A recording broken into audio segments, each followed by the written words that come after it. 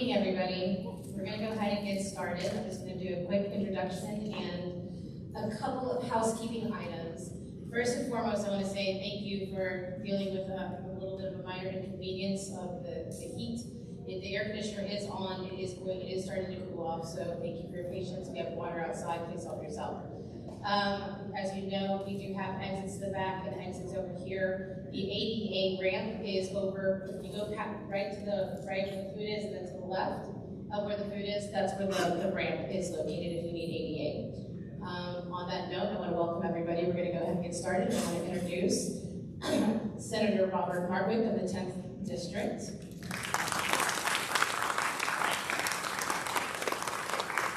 And Representative Lindsey LaPointe of the 19th District. I will go ahead and let you guys say a few opening remarks, and then we'll get started with the presentation. Thank you. Good evening, everyone. First and foremost, thanks for coming. Thanks for bearing through the little bit of a heat issue. As Liz said, Lindsey LaPointe, I'm lucky to know many of you, and one of the things that's so striking about the far northwest side of the city of Chicago and some of our near northwest suburbs that myself and Rob represent is how people care so much about their community and they're really engaged, and you being here is a symbol of that. We don't take that for granted, and we just deeply appreciate you, so thanks for being here, and I look forward to the conversation. Good evening, everyone. It really is great to be with everyone here today. I just completed my 13th year in the Illinois General Assembly. I got to speak to many of you prior to getting started here, and we talked about, some of you remember my days in the House before I was superseded by this lovely lady here to my left, who was a tremendous state representative. But I started out there and then moved to the Senate, and I just completed my 6th year in the Senate after 7 years in the House.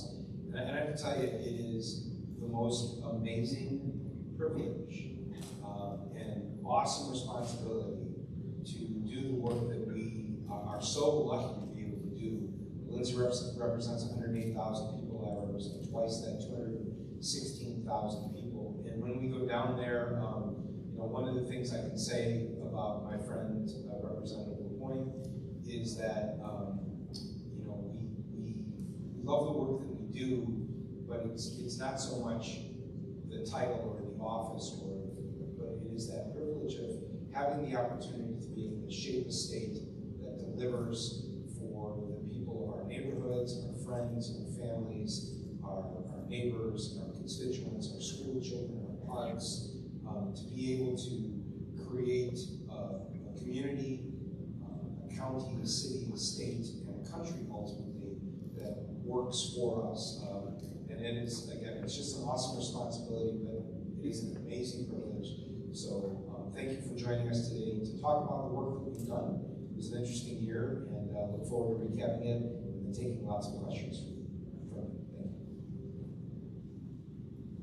All right, we're going to get started with a little bit of an overview.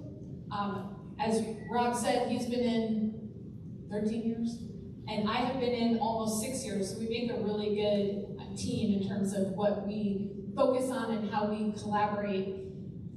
So right now we're in the 104th General Assembly, and each General Assembly it's for 2 years. So we just finished the first spring of a 2-year General Assembly.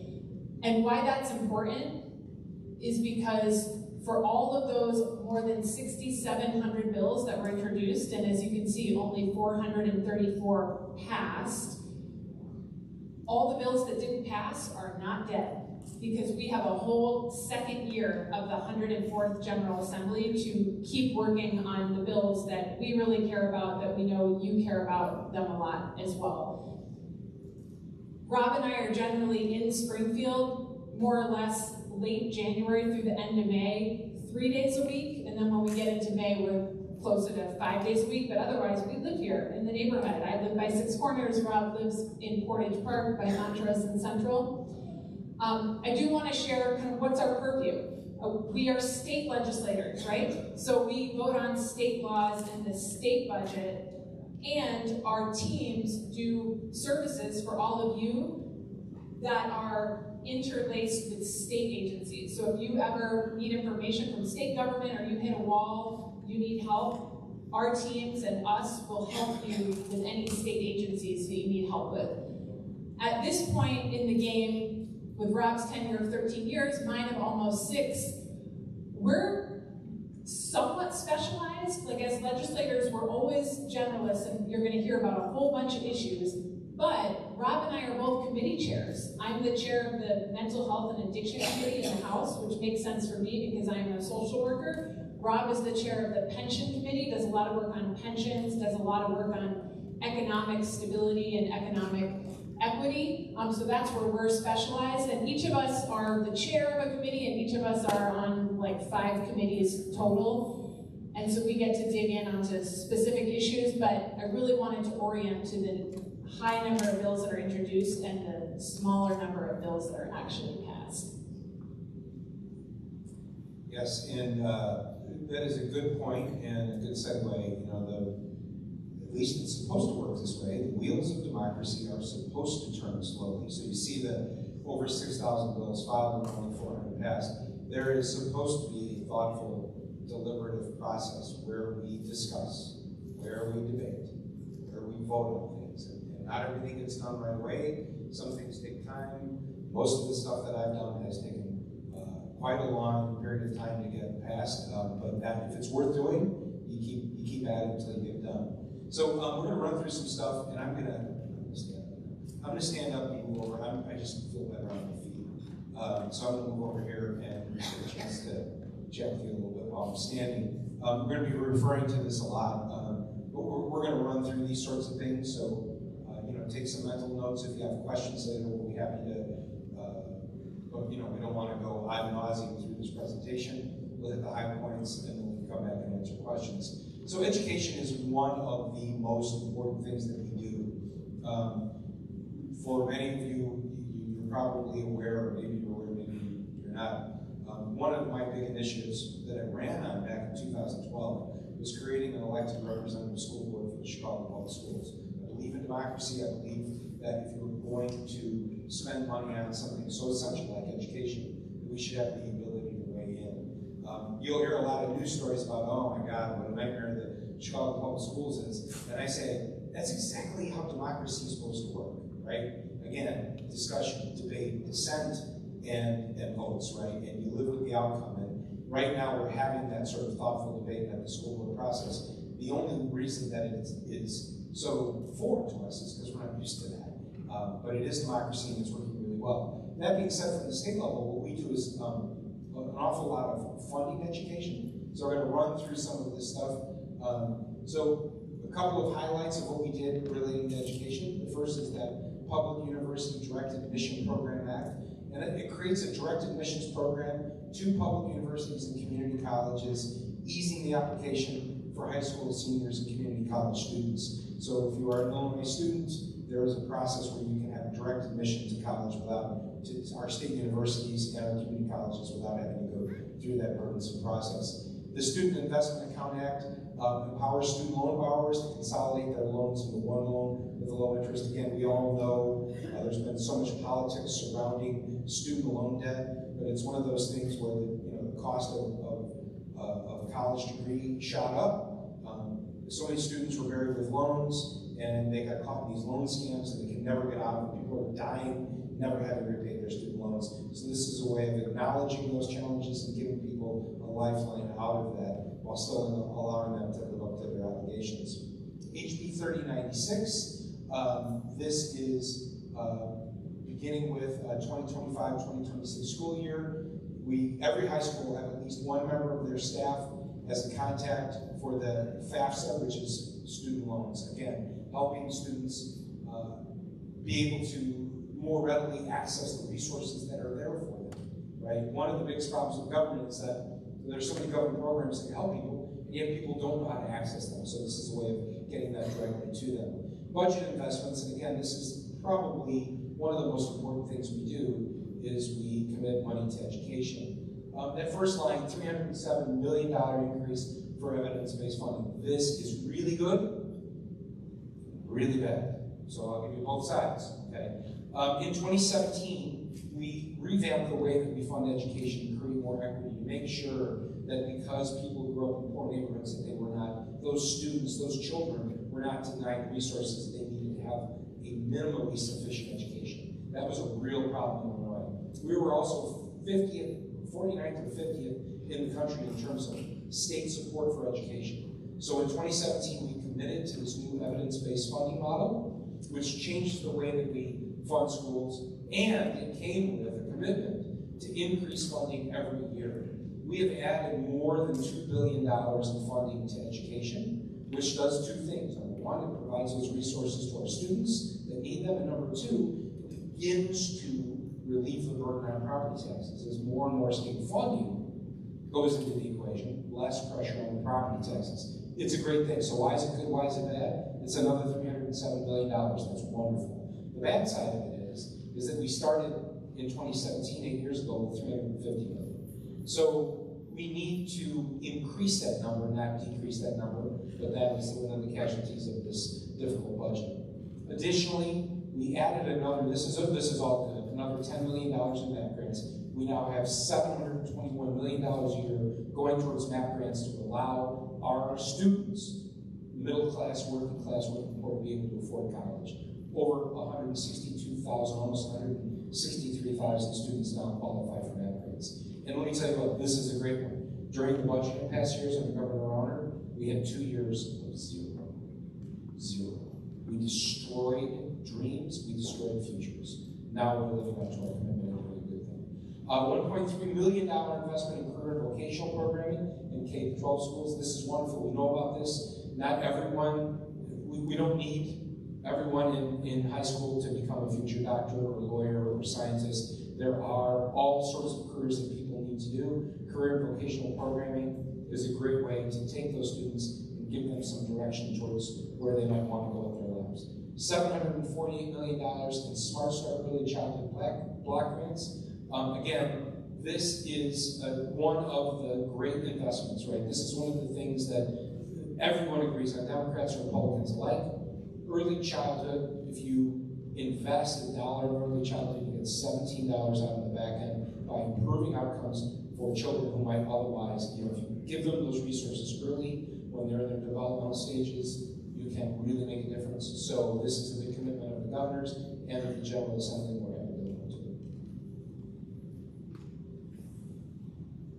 it. Okay, financial relief. This is an important part of the budget. This is something that, great to have a partner like Lindsey on this. Since I started this 13 years ago, one of my focuses has been trying to create a tax system that works better for the middle class. We all know the stories. The middle class is shrinking and dying, maybe it's gone. But as long as there is breath in my body, I will fight to create a tax system that is more fair. Illinois' tax system is woefully unfair. And so we do things to try and relieve the burden on those middle class, working poor families. And these are a few of the things that we did this year. Child tax credit, we doubled Illinois' child tax credit, provided families with children under 12 receive up to $600 on top of their federal credits. So again, this is a way of creating tax relief through the child tax credit.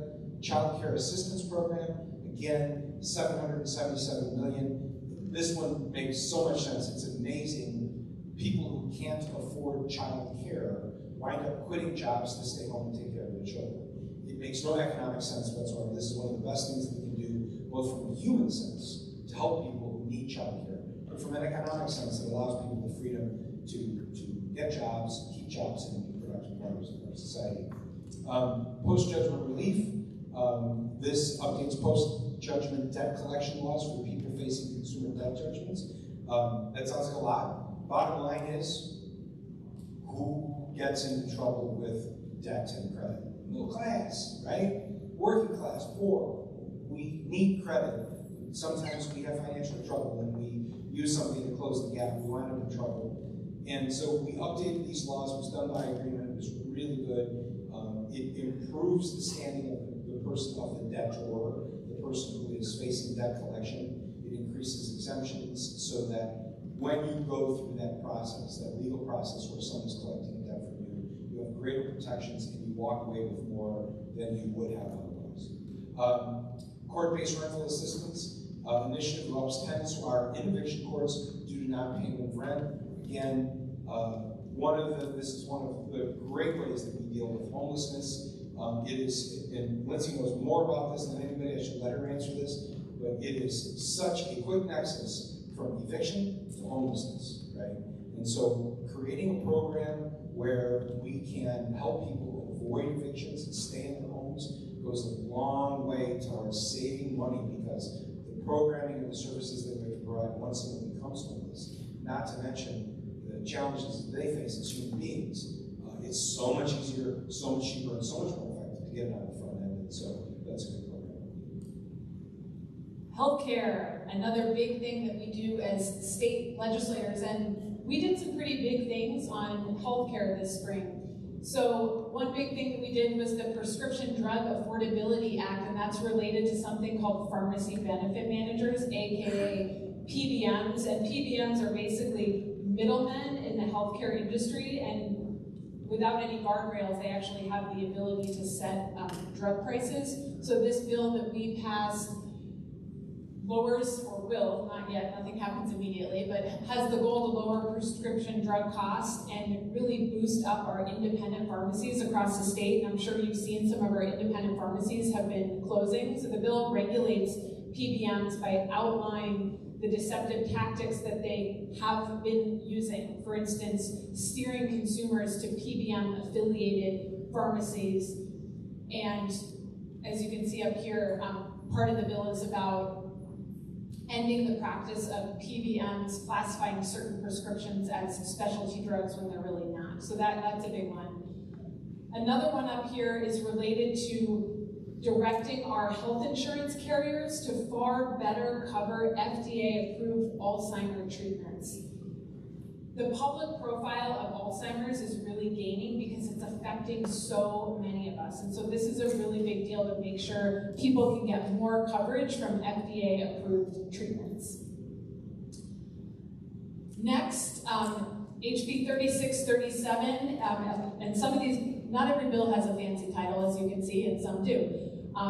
This third one on here is actually about reproductive health care, which is obviously a huge issue in our country right now in Illinois, and I'm sure you know Illinois has been a leader in terms of protecting reproductive health care and protecting access to abortion and medications for abortion. So this bill in particular makes clear that if the FDA were to revoke approval for mifepristone, which is one of our most ubiquitous forms of medication abortion, that as long as the World Health Organization recommends it, then people can still get it in Illinois. We've done work on what's called the SHIELD law in Illinois, and we started this work a few years ago. And in fact, I think today might be the 3-year anniversary of the Dobbs decision, if I'm not mistaken. A SHIELD law is basically protecting healthcare providers when they engage in activity related to reproductive health care that is legal in Illinois, even if now it might not be legal in other states. So we strengthened that law by capturing more providers. A few budget highlights when it comes to healthcare.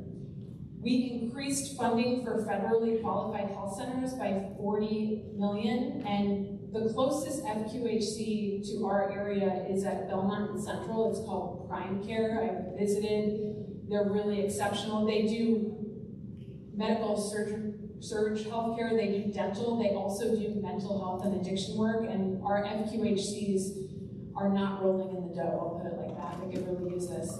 We allocated the same amount of money we did last year for medical debt relief, and this is a program where when the state, and the county is actually doing it too, invest money, we partner with a nonprofit that if we invest $50 million, it actually can help reduce consumer medical debt by $100 million. Finally, safety net hospitals. To be precise about it, a safety net hospital is a hospital that serves a very high number of people on Medicaid, which of course is our health insurance that's joint federal and state, that covers our low-income neighbors, including us, right? Many of us. Let's get rid of that us and them talk. Our closest safety net is Community First. They got $8 million through funding for safety net hospitals, which is so critical at this time because, as we all know, Medicaid is facing an existential threat due to what's happening at the federal level. All right, behavioral health care and human services, also a part of healthcare. As we know, this is one of my specialties. So we did something that we call the Healthcare Protection Act Round 2, and this eliminates prior authorization for outpatient mental health care or treatment. And outpatient mental health care means regular therapy that many of us access. And as you might have experienced, health insurance companies step in and they say, oh, you can't get that treatment, you can't get this treatment, we have to do a bunch of paperwork. So this bill, which will become effective later in 2027, gets rid of that prior authorization. Another way of saying that is it cuts the red tape. The second one on here I'm very proud of. Starting in 2027, for all of our public schools in Illinois, we're going to have universal mental health screenings for our public school students, grades 3 through 12. Families can opt out. School districts as a whole cannot opt out. That's the meaning of universal. The idea is, let's do far better with prevention. Let's try to see what our kids need in terms of mental health support way earlier in the process, because frankly, at this moment, we're not doing a good job, and we are in a mental health crisis, especially when it comes to our kids. So I'm really excited about that one. The third one up here is very timely in terms of the proliferation of artificial intelligence. This is a bill that requires therapy services to be conducted by a licensed professional, makes sense, right? A social worker, a psychiatrist, a psychologist, a licensed counselor, and it puts guardrails and specific prohibitions on counseling that's actually conducted by artificial intelligence. And we were in desperate need of this type of regulation. Therapists can still use some AI to help them with notes, but the therapy itself has to be provided by a licensed professional, and the patient would have to give consent for the therapist to use any sort of AI. Some budget highlights here when it comes to behavioral health and human services. We continue to raise wages for our direct support professionals, and those are our frontline workers that work with our kids and adults that have developmental disabilities. Some, as we know, people with developmental disabilities live at home in their communities, some live in group homes, some still live in state institutions, but making sure we're compensating our frontline workers is so important. We're trying to get them up to 150% of minimum wage. The second bullet point here is the same thing, but it is for our program that does home care for seniors. It's hard to get home care when there's no professional there who's willing to take the job because the wages have been so low. It's really important that we raise those wages. And the last one here, some of you are gonna like this and some of you are not, but we have a 988, hopefully you know about it, suicide and crisis line. It's universal across the country as of July 2022. And it takes money to fund that line. And it's not just a phone line, it's also somebody to come in person that's not the police if needed, if it's not violent and someone's not harming themselves or others, and a place to go besides the hospital and besides jail. Communities across the country are developing places called crisis stabilization centers where people can actually heal and recover. And so you're all gonna see about 40 cents on your phone bill in the near future, and that money is dedicated to this mental health support and services that you see here. And again, it is a revenue increase, so some of you are gonna like it, I'm sure some of you are not. Okay, I'm gonna take on this slide, but before I do, I want to just take one, and I want to acknowledge the work that Lindsey has done in the space of mental health.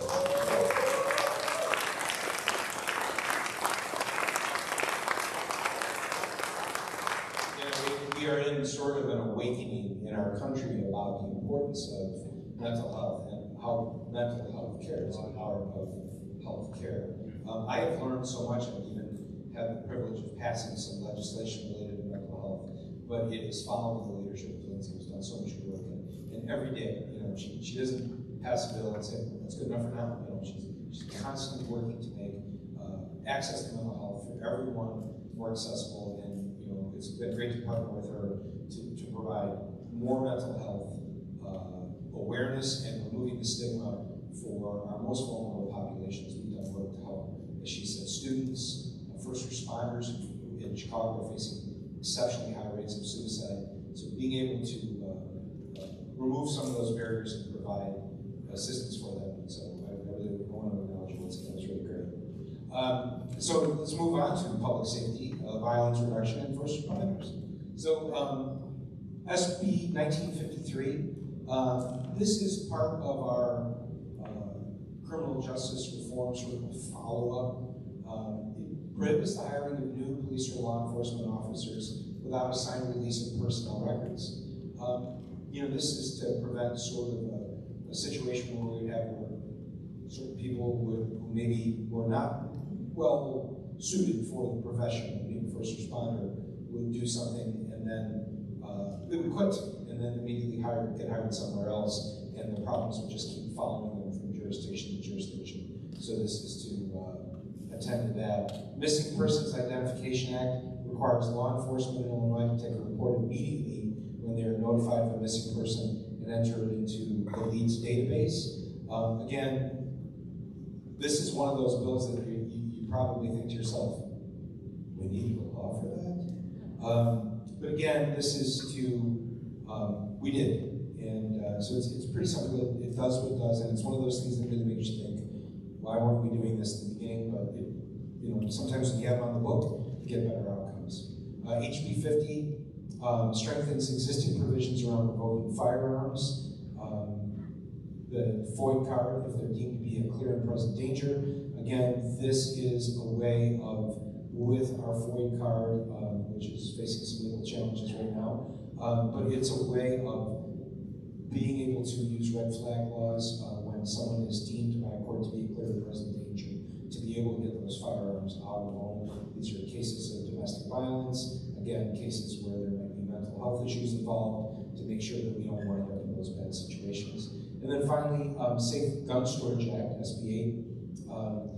This is great. This is all about creating more robust laws of how guns need to be stored and transported. So once again, we're not winding up with stolen guns or guns being used by people other than the person who owns the gun, the law-abiding citizen, making sure it doesn't wind up in the hands of children or someone else who might do wrong with it.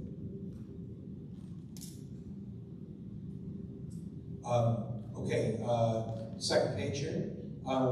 HB 1710, this is relates to the Illinois Criminal Justice Information Authority. Again, this is a very important state agency that we have in terms of compiling information, obviously, which is important for us. And it is related to homicides and shootings to help track the prevalence of cold cases throughout Illinois. Again, this is part of, if you've been following along, what we have been doing in terms of what we call smart on crime. And it's been paying dividends. It is working. I know it never feels like it.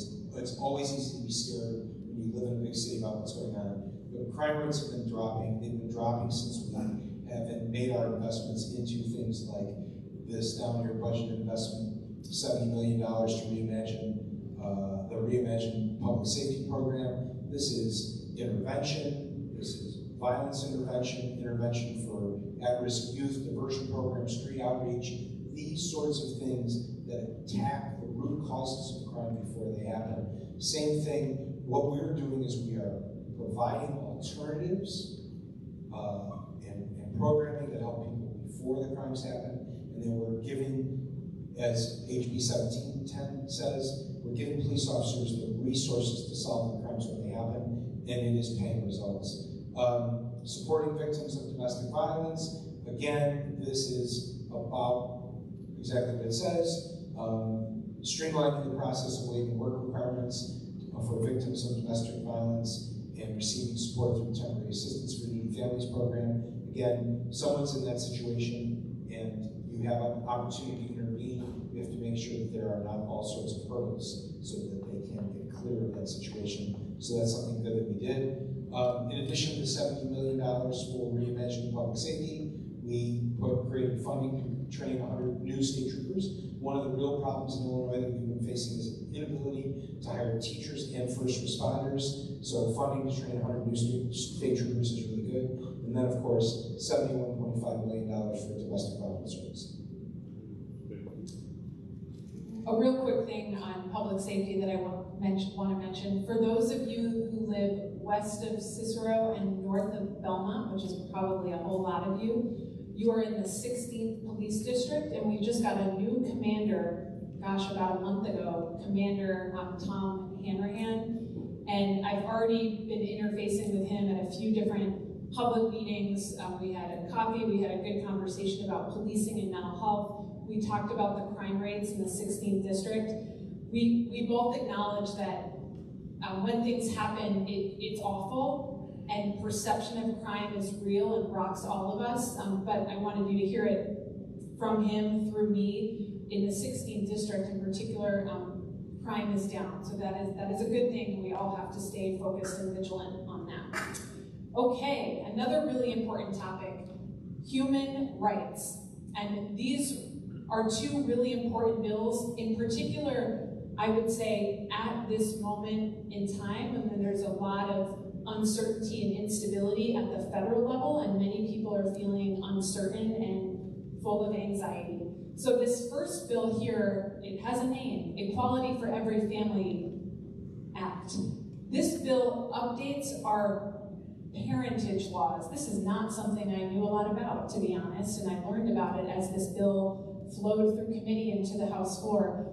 This bill updates and modernizes our parentage laws to make sure that things like assistive reproductive technology, things like in vitro fertilization, and things like surrogacy, which are all ways that people and us come to have children, are covered in our laws. So ensuring that all children, regardless if your parent is married or regardless of gender identity or sexual orientation, all kids have equal rights and protections under the law. It codified some existing court procedures and it conforms to something called the Uniform Law Commission recommendations.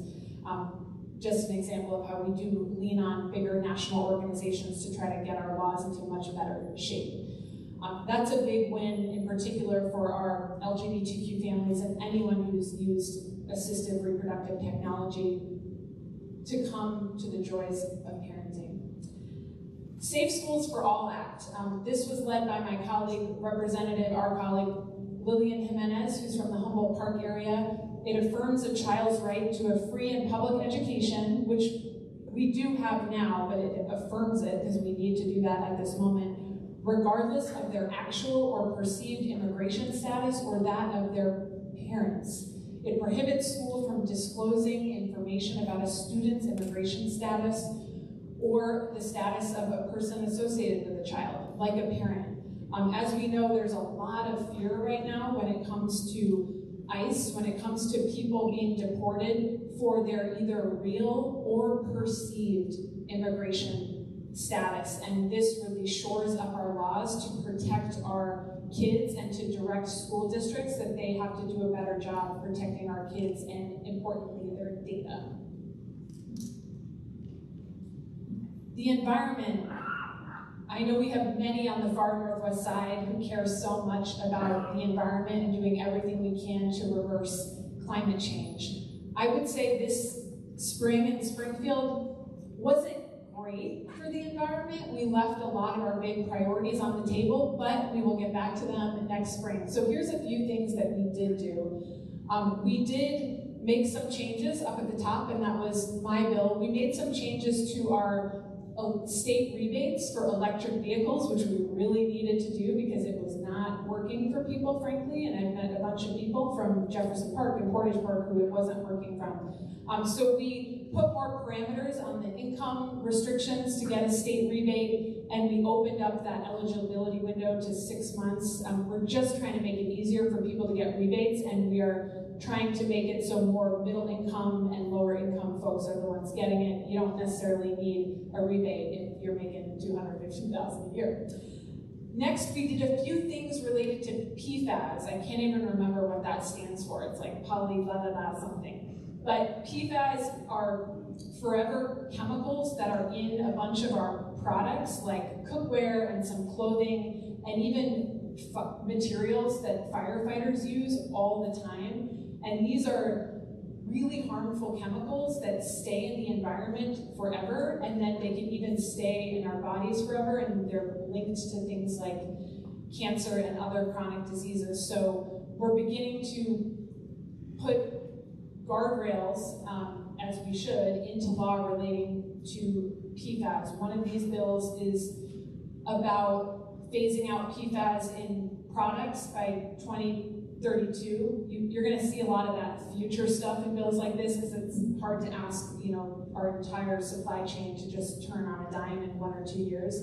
And then we had another bill related to PFAS led by our colleague Mike Kelly, who actually is a Chicago firefighter, to phase out PFAS in firefighting agents and equipment. Really important, of course, for our firefighters. We have another bill here related to pedestrian fatality investigations, which I think this is a real issue on the far northwest side. We're a pretty car-centric area, and especially we got way too many people on their phones lately when they're driving. So this bill isn't going to change the world, but it is going to force our Illinois Department of Transportation to make sure when there are pedestrian fatalities at certain intersections of state and federal roads, like Irving Park and Cicero is a great example, then they will have to study that incident, see what happened, and make recommendations to avoid it in the future. A few budget highlights when it comes to the environment. Some of this, I will say, is federal funding, but you can see we have some money coming for congestion mitigation, air quality, flood mitigation assistance, which we know is a pretty intense issue up here on the far northwest side of Chicago. Take it away, Rob, for some budget highlights. All right. So, I mentioned at the beginning that I've had 13 years in the General Assembly. I came in on the tail end of the Quinn years, and there were some budget problems. And then Governor Honor came in, and we didn't have a budget for 2.5 years. Since Governor Pritzker came into the executive branch, working with the General Assembly, we've had 7 balanced budgets in a row, including this one, and that is a highlight.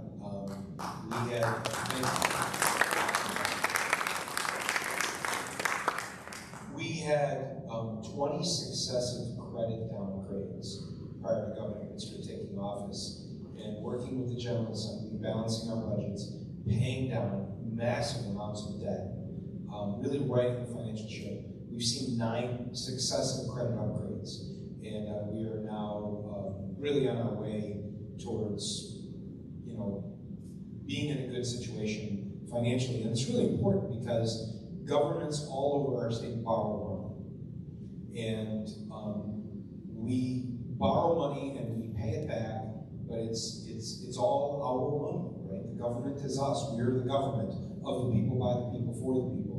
So when we can keep our financial house in order, it means that our tax dollars are better preserved and not being wasted on interest, but rather being put towards the things that we value, like education, like mental health, like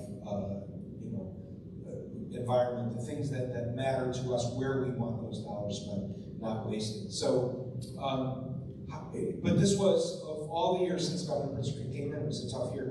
We had a $1.3 billion hole in the budget, and we had to figure out a way to patch that, and we did. So we did a mix of cuts, maintenance, investment, and revenues. What does that mean? Well, obviously, there are certain things that got cut from the budget. This happens in tough years. Nobody likes to do it, but sometimes you have to do it. I was particularly disturbed by some of the cuts that we made. But again, there's only one thing worse than a bad budget. You know what that is? No budget. Trust me, I lived through it. It's terrible. Maintenance, meaning that we maintain funding for some programs without increasing it. And that is almost like a cut. It really is. because it's an inflationary environment, things are more expensive, wages go up, you have to do more with less. Investment and revenue, again, we made some changes with the way that we handle money. It was really, really it's tough when you have to raise revenue. Where are you going to go to get that?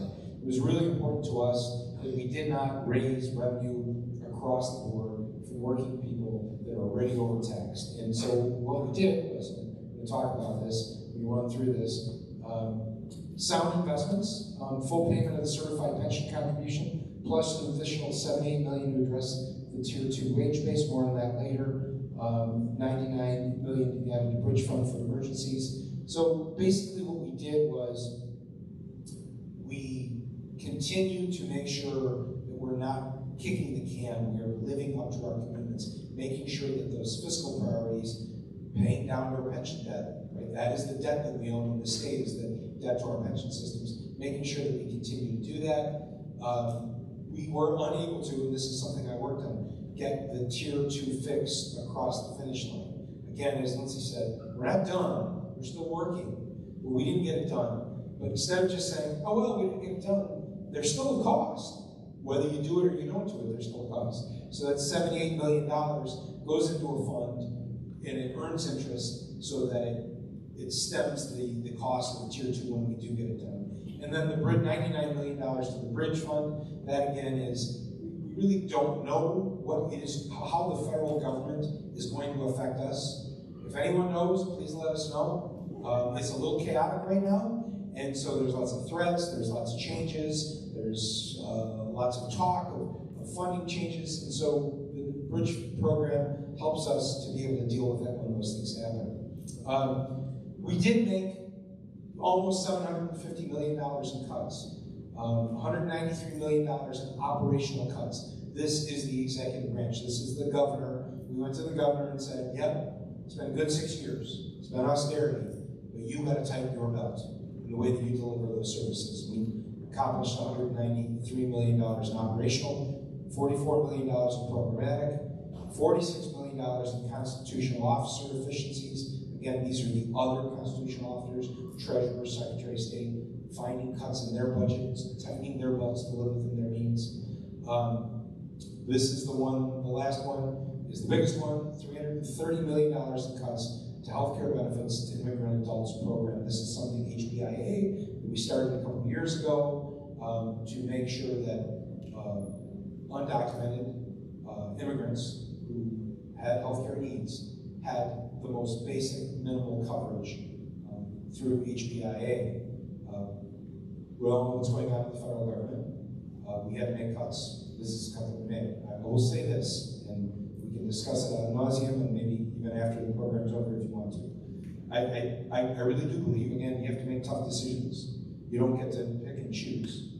But I think this is a bad decision. I really do. When we deny people health care coverage, that just means that they don't get health care when they need it until they wind up in an emergency room.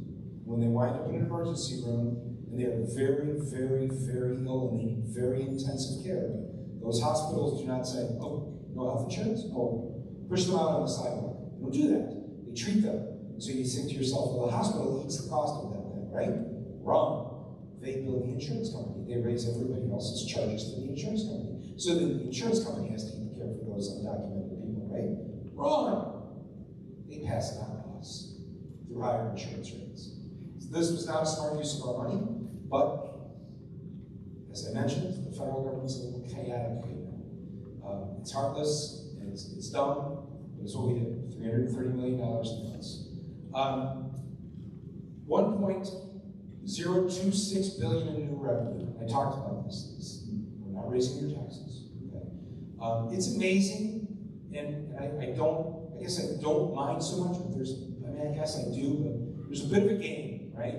We say to our business community, this is the level of taxation, and here's how we're going to tax you. And the moment we do that, they get the army of accountants and lawyers together and they find ways to avoid paying. They do it within the law, it's legal, but when we find out, it's our job to close that loophole. This is your commitment to our budget, to providing the service that we need for our citizens, for your workers. So we did that. We closed corporate loopholes. One of the things is, companies would have their headquarters here, but then they would open up like a subsidiary, wholly independently owned subsidiary, same company. And then they would transfer all their profits to that, and that would be in a tax haven, and then they would avoid paying any taxes whatsoever to the state of Illinois. So we closed loopholes like that, and that's how we were able to come up with that revenue. It was, I think, the right thing to do in this situation. Vape, nicotine products are going to be these the vape products are going to be taxed very similar to cigarettes. Online gambling, taxed similar to land casinos. So really what we did was we said, we're just creating parity, right? Creating parity with the way that we already tax some, everyone else that plays in that same playing field is going to be taxed the same. All right, some unfinished business, and I'm going to amp up the pace here so we have time for questions. So the first one here is an energy bill, as it says, that is quite overdue. And the stakeholders involved in any energy discussions in Springfield and any other state are environmental advocates, utility companies, labor groups, in particular people who work in the trades and the groups that represent them. So it can be really hard to get consensus, but one of the things we left on the table that's very big is making sure that our grid, our energy grid, is ready to take on the renewable energy that we have to move in the direction of. Because you might remember we passed the big Climate and Equitable Jobs Act in September 2021, and we are on a pathway to 100% renewable energy by 2050, so we've got some time here. But that ain't gonna work if we don't make our grid stronger and if we don't make sure we have transmission lines that can receive the renewable energy. And the technology is there now for a lot of this renewable energy, but we have to build the grid and make it strong and force our utility companies to do more energy efficiency to keep all of our costs low. So that's on the horizon. Another thing, I'll try to be really quick on the horizon, is you heard Rob talk about the EBF. I'm blanking on what that is, but the funding for our K through 12 public schools. There's a proposal to do a very similar thing with our public universities. So instead of each university fighting for money every spring, we'd have an equitable funding formula for our public universities. And why I think this is important, and I'm hopeful that we will do it, is, believe it or not, in the last 25 years, we have decreased the amount of state money we've put towards our public universities by 42%. And what that means for us in our community is we are paying way more out of pocket for our own education at public schools and for our kids' education. We're bearing that, and our kids are going to school out of state. Like, that has to end, and I think we can get there with this. I'll touch a little bit on the next two, and then Rob, I'll have you talk about transit, because I know people are really interested.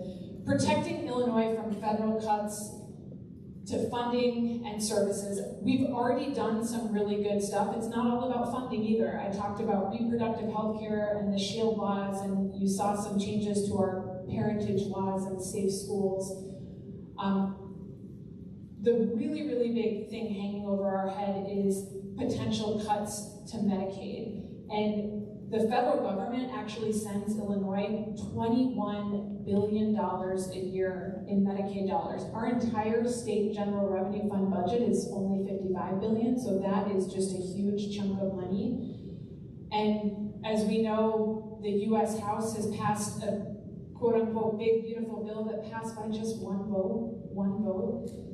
And the Senate is going to look at this bill. So we are trying to do everything we can to be ready to protect what we have in Illinois. And that's one of the reasons we set aside $99 million in a bridge fund to be ready and prepared for what might be coming from the federal government. Two other things I'll say about revenue from non-traditional and more equitable sources. You already heard Rob talk about that. One term that we use for this is quote unquote progressive revenue.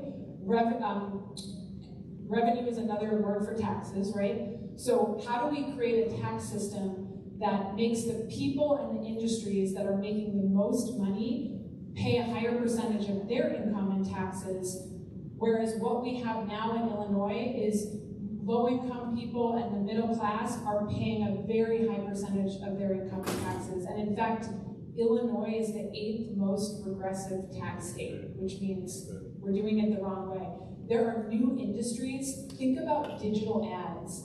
Think about Meta and Google and Amazon. None of those digital ads are taxed at all. And we had a little debate about that, and it got into a bill, but didn't get across the finish line. So we need to think more creatively about how do we create a more fair tax system and make the people in the industries that are new, that are just raking it in, pay more so we can make sure people in Illinois can get what they need and make sure government works for them. Rob, I'll hand transit over to you. Oh, thanks. So many of you may be aware, I know a couple of people mentioned to me on the way in the door, we have a real problem with public transit. We are facing what's called a fiscal cliff in public transit. In order to, wait for this, right? In order to preserve what we got. Have anybody ridden the blue line or anything? Okay. Right? It's not the best, right? I mean, our system of public transit is hurting, right? I work downtown, I heard those trains go by in the loop. They're so loud, honest to God, they feel like your ears are going to split open. We have archaic, outdated tracks. We get a couple of new trains, that's nice. They don't run on time. They're spotty service. We all know that there are safety issues there, public safety issues. Used to be lots of people worked in public transit. Now you got one person. Remember the days when there used to be one person on every car on the train? Now there's one person at the beginning. They're locked in their little room in there for their own safety. But there's a lot of dangerous things that go on. So, right? But here's the thing. To just preserve that, we need $700 million, maybe $800 million. Okay. There was a big effort bicameral, both chambers of the General Assembly worked on this. It didn't get done, but it would have, the bill that passed the Senate that got stalled in the House, would have done more than preserve. It would have reinvested. One of the things I say is that I think about the great years, when you talk about great years, you look here, we're in a former Chicago public school, and you look at so many Chicago public schools, they all look so similar. Why do they all look so similar? Because they were all built at the same time. Can you imagine the gumption of a society that said, let's build this massive school system, let's build this massive system of public transit. We can't even seem to preserve what we've got. We don't even like it all that much. We need to reinvest. I voted for a bill that would provide $1.5 billion in funding to reorganize and reform the way, right now you've got RTA, Metro, CTA, PACE. We've got all these different transit agencies. We'll roll them into one sort of governing body. So you would have more efficient delivery of services. It would invest in expanding and improving service, and it would invest significantly in improving public safety so that people would feel more confident and comfortable in utilizing public transit. It didn't get done, but that is something that we will continue to work on. And I'll just add to that, we will do this. We are not going to let our public transit system implode. And I trust in my colleagues in the House and the Senate. We are going to do it. We might not be able to do it till October when we go back to Springfield, but the big fiscal cliff is going to happen in January. And so I just want you to hear that from me and to hear that from your Senator Rob. We are committed because we cannot let our transit system implode.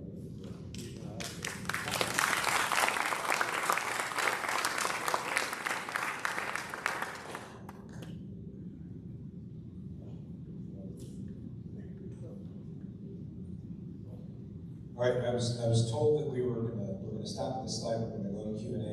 I will just, before Liz goes to Q&A. I just did want to point out one thing. One of the great benefits of our fiscal responsibility is that we were able to pass in 2019 in government's first year a capital bill. Most capital bills are passed sort of as a one-off. You pass a revenue source, you do a bunch of projects, and you're done, and you wait for the next one. It had been like 15 years since our last capital bill, when we finally did one in 2019. Since that time, the good news about this one is it has recurring revenues, so we're able to continually invest in our infrastructure, which is so important for our fiscal health as a state. But in addition to that, Lindsey and I have been able to bring so much money back to our district as part of that capital program, putting money into streets. We put like $2.5 million into streets, helping our alders and our local villages above and beyond what they were already scheduled to do, to pave more roads, fix more sidewalks. We've invested in our schools, in our parks, in our community institutions. One of the things that we're so proud of is sometime this summer we're expecting the launch of an art installation, right? Because yes, you gotta have good streets, and yes, you have to have public safety, but you have to have something to give people meaning in their lives, right? So you're gonna have the sculpture walk that's gonna run from Six Corners to Jefferson Park, which is gonna be wonderful. So we've been able to do a lot investing in that. There it is. I'll just leave it at that. And with that, I will say thank you everyone for your attention, and I will turn to Q&A. And I'll turn it back to Liz. One last thing before I turn it over to Liz. I think I'll speak on behalf of Lindsey and I. We said this before the thing started. We have amazing staff. I'm sure you saw them. They're all around. It would be too hard to go through all their names right now. But how about a round of applause for our staff? So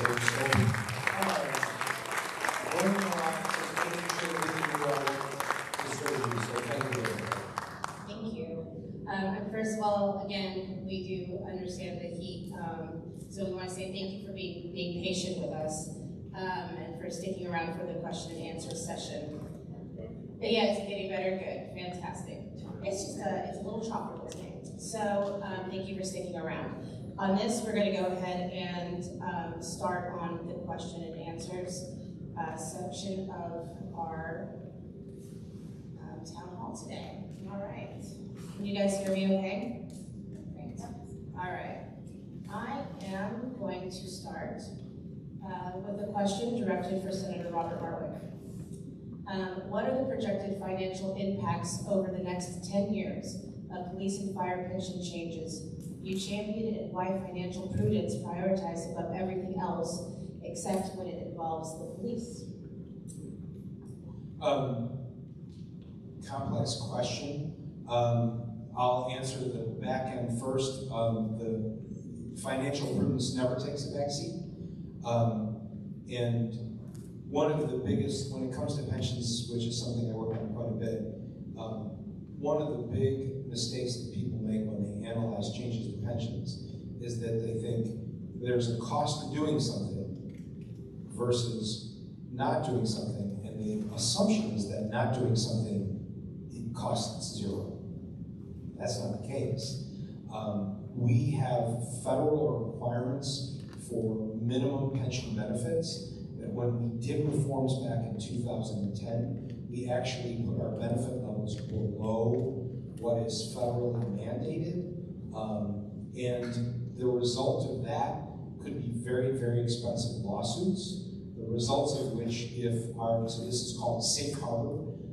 If you're an employer that provides a pension without Social Security, which is our police and fire, and their benefit level falls below the safe harbor, then those employees can sue us. In addition to receiving the full pension benefits that they're entitled to, we would then have to provide retroactive Social Security benefits. Imagine providing a full Social Security benefit to a police officer or fireman without ever having paid into it.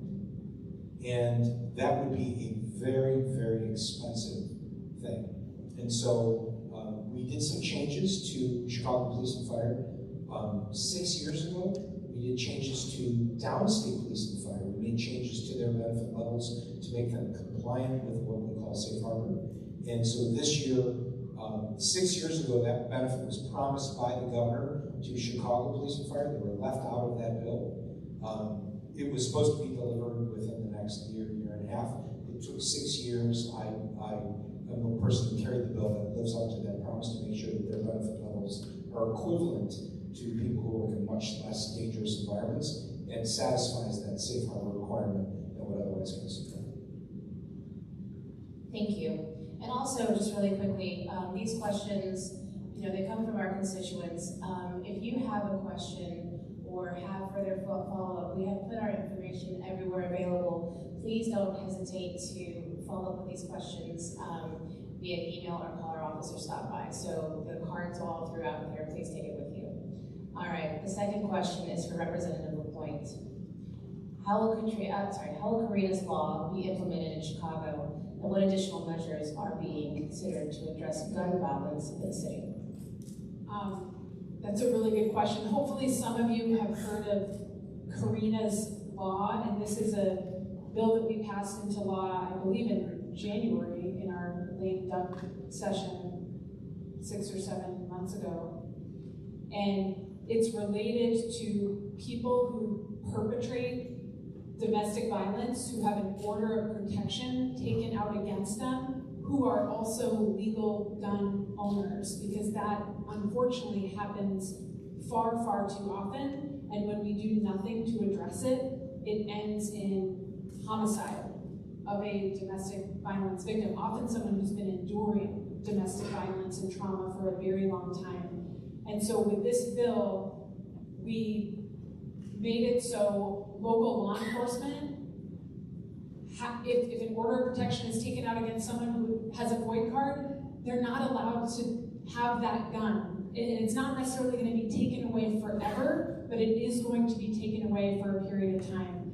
And so we checked in with our leading domestic violence advocate who led this bill to ask about what does implementation look like. And they are conducting trainings with law enforcement and with court stakeholders right now, so everyone knows what the law actually is. And part of that is making sure that domestic violence survivors themselves know that this is now a legal remedy that they can pursue. So those trainings are taking place, and this law is brand new. There's already been 13 cases where that gun has been taken off the street in Cook County, and a handful of cases in our collar counties. So we've got a long way to go, but the word is getting out, and the ultimate goal, of course, is to take those guns out of the wrong hands and to get domestic violence survivors what they need. Thank you. Oh, sorry. Thank you. All right. Our next question is for Senator Robert Martwick. What steps are being taken to address the pension reform for Tier 2 public employees, and what is holding up the next steps to that reform? So this would be under the list of unfinished business. So in 2010, in order to try and contain the growing debt that was created by politicians not paying sufficiently into the pension funds, what our government decided to do was lower benefit levels. This is what we talked about, police and fire. So we did that fix for Chicago Police and Fire, downstate police and fire. But everyone else, this especially relates to teachers and university employees. Again, these are the benefits where someone receives a pension in lieu of Social Security. These are teachers. That benefit level is so low that it fails that safe harbor test. This is a big, big, big problem. And so it needs to get fixed. We had a bill that was agreed to by both chambers, much like transit. It was agreed, but it didn't get across the finish line. Again, what I would say is that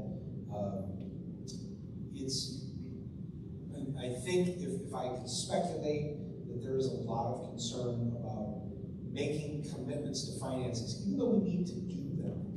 We know we need to make those financial commitments. There's sort of a fear to tie our hands now when we don't know what's going to happen with the federal government. And so we're sort of like doing the work to get things to the point where we can pass them, and then waiting to see how things shake out before we actually take the action. Again, that's sort of my speculation. I worked on it all session. I feel comfortable about where we're at, but we'll continue to work on it and have hearings and hopefully get it across in veto session in the fall.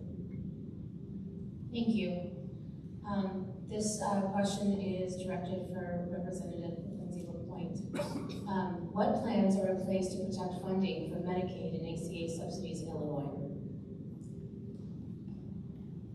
Okay, I'm gonna try to keep this really short, and I've talked a little bit about Medicaid already. You know that the feds send us $21 billion.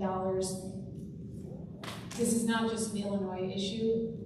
Every state who uses Medicaid, which by the way is every single state, is facing this potential huge hole in their state budget if Medicaid is taken away or even diminished. And so raising your voices, raising our voices in particular to people in Congress is front and center. And as I mentioned, the quote unquote big beautiful bill that passed the House in May passed by one vote. So it's not like this is a completely settled thing. Wow, that's a lesson that votes matter and elections matter. So making our case of why Medicaid is so incredibly important, there's like 3.6 million people in Illinois who are on Medicaid. And just in the 19th House District, Jefferson Park, Old Irving Park, Portage Park, Independence Park, of the 108,000 people that live in the 19th House District, there's about 33,000 on Medicaid. Some of us are in this room. And I share that stat so we can really feel how important that is. And as a social worker, I worked with people who had no Medicaid before we expanded it to cover adults who didn't have children. We did that expansion in about 2014, and when people have no access at all, as Rob was talking about earlier, you do nothing until you go to the emergency room. So the real short answer is raising our voices, advocacy, and I'm big on making a really precise argument, talking about the actual numbers here in our community, for example. Thank you. This next question is addressed to both of you. How can an individual actor in a larger systemic structure make positive, tangible impact in the current political climate? That's a pretty sweeping question, and of course this is a government event, but it's a really good, just overall question. On the far northwest side, we have a lot of community groups, we have neighborhood groups, we have some political groups of all stripes, and coming together and working with your neighbors in groups can be a very powerful way to get things done and to raise your voice. On the other end of the spectrum, in terms of a very specific one-on-one action that people can take, I always say it like this. It's one thing to know who your local elected official is, which all of you do because you're in this room, but it's even better when your local elected official knows who you are. And I know who a lot of you are, and I know what a lot of you care about because you have taken the time to reach out in a really personal way on an email and a phone conversation to let us as your local electeds know who you are and what you care about. And that is so incredibly powerful. It's just one action. You might have to reach out to us a few times, but it's incredibly powerful. Yeah, that was, there's little to add to that. I would just sum it up by saying that we live in a democracy, and this is the outcome of an election, the changes that are happening, and that's the way it's supposed to work. Right? One of the things I like to say, which is kind of harsh, but I like to say this because I believe in it, in a democracy, you get exactly the government you deserve, okay? This is right, and I know it's hard. People are like, wait, I don't deserve this. And I hear you, maybe not personally, but this is the way democracy works. So what can you do? Educate yourself, educate your friends. Don't argue with them on Facebook. That doesn't work. Have discussions with people. People say, you can't talk about that stuff anymore. Yes, you can. Don't argue, don't yell, but talk to people, present facts, Advocate to your elected officials, as Lindsey said, and so much of the news is the federal government, but so much of what moves the needle is the local level. So get involved and engaged. Again, it's if you don't like what you have, it's up to you to change it. Thank you. I'm going to ask one last question as we are approaching 7:30. Be mindful of everyone's time. This is about the environment and it's directed to both of you. How is the state partnering with the Great Lakes states to protect the Great Lakes in the era of rolling back environmental protections? I can jump in on that one, but first I want to say, because I saw a hand up, we're not going to run out of the room, so Rob and I will be here to chat with you and answer your questions. So to the question, Illinois is one of several Great Lakes states, and we have organizations like the Illinois Environmental Council, and we have legislators that are a part of something called the Great Lakes and the St. Lawrence River Caucus. Caucus just is another fancy word for a group of people working together. And I'm not in it, in part because I don't represent a district right on the lake. But I checked in with those legislators today, because this was an advanced question, and they are actively meeting with lawmakers from other states and with advocates to strategize exactly how we can be prepared for rollbacks of protections for the Great Lakes that are coming and might be coming out of DC. So people are getting organized. And what I would say is that Illinois continues to make protecting and preserving our environment a priority. That's the way the federal government works. The federal government has authority, and again, our elections have said for at least the next 3.5 years, we're going to have that direction. But from the state level, we continue to prioritize protecting and preserving our environment and prioritizing investments in clean and renewable energy sources. So we're fighting what we can fight. Thank you very much. And yes, just another, oh yes, thank you.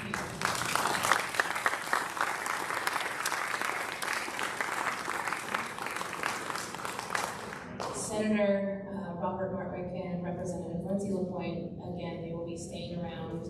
I may suggest that the front area is cooler, where you guys checked in. I think there's a little food left over, there's some water. They will be here to answer any individual questions. But again, if you have any questions or concerns, please feel free to email either one of our offices, call our offices, show up. We will be, would you like me to answer a raised hand? Okay, we're gonna do questions individually afterwards. At this time, we are going to adjourn our town hall. We cannot thank you enough for participating and being a part of this. It has been wonderful. If you have questions, you can come see our senator and our representative, or you can see a member of our staff.